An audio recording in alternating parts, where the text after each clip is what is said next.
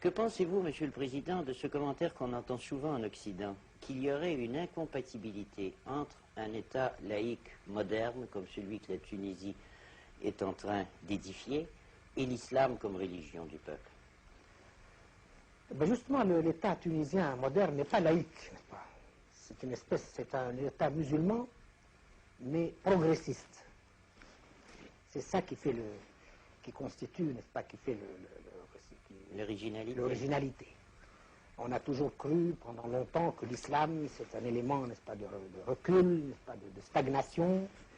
Eh bien, la cause en est dans les hommes de l'islam, ceux qui interprètent la loi de l'islam et qui ont l'esprit très étroit, n'est-ce pas, figé, pétrifié. Alors moi, pour ne pas heurter le sentiment religieux et même le servir, lui permettre d'être un instrument de progrès, j'interprète la loi, j'interprète certains textes de loi religieuse d'une façon très libérale,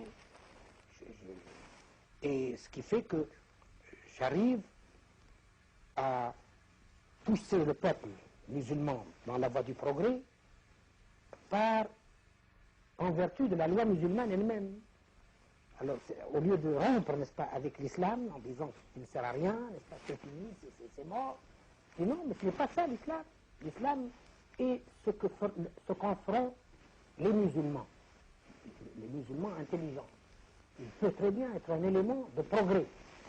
Il s'agit simplement d'empirer, n'est-ce pas, comme les textes, n'est-ce pas, ce qui est conforme, n'est-ce pas, aux nécessités, n'est-ce pas, du moment.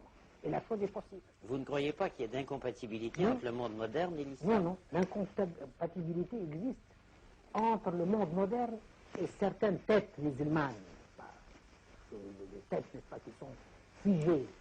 Eh bien, on n'a qu'à les laisser tranquilles. D'ailleurs, ce qui nous facilite les choses, c'est que ces têtes figées, n'est-ce pas, ont collaboré beaucoup avec le colonialisme, n'est-ce pas, ils sont déconsidérés, alors c'est la meilleure façon, n'est-ce pas, de pousser les gens, n'est-ce pas, vers un islam rénové, progressiste, n'est-ce pas, qui comprend les nécessités et s'y adapte.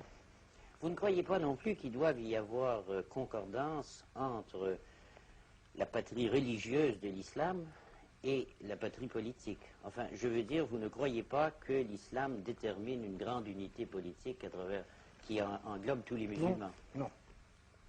Ça n'a jamais existé, pratiquement, n'est-ce pas?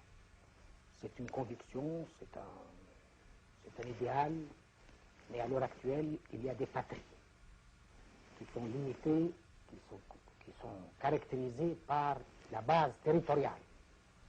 Dans cette base, il y a des hommes qui appartiennent à une même patrie, qui ont une même nationalité et qui peuvent avoir des croyances différentes. C'est le cas en Tunisie, il y a des musulmans, des juifs, mais qui sont nationaux, n'est-ce pas, qui ont les mêmes droits, les mêmes devoirs, et qui ont le même attachement vis-à-vis de leur patrie.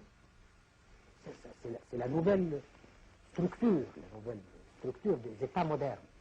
C'est la base territoriale, où le facteur religieux constitue un élément, mais pas le plus important. Vous ne croyez pas non plus qu'il y ait incompatibilité entre l'islam et la démocratie? Non, non, du tout. L'islam, n'est-ce pas, au début, c'est un régime nettement démocratique. Il n'a jamais été pour l'autoritarisme, n'est-ce pas, les monarchies, n'est-ce pas.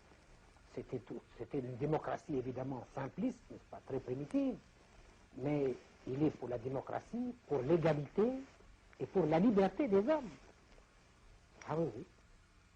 Je rappelle que Omar, n'est-ce pas, le deuxième calife, c'est lui qui a dit que Dieu nous a créés tous égaux. On ne comprend pas que nous soyons si inégaux dans la vie. C'est un peu le mot de Jean-Jacques Rousseau. L'homme est né libre et partout il est dans les fers.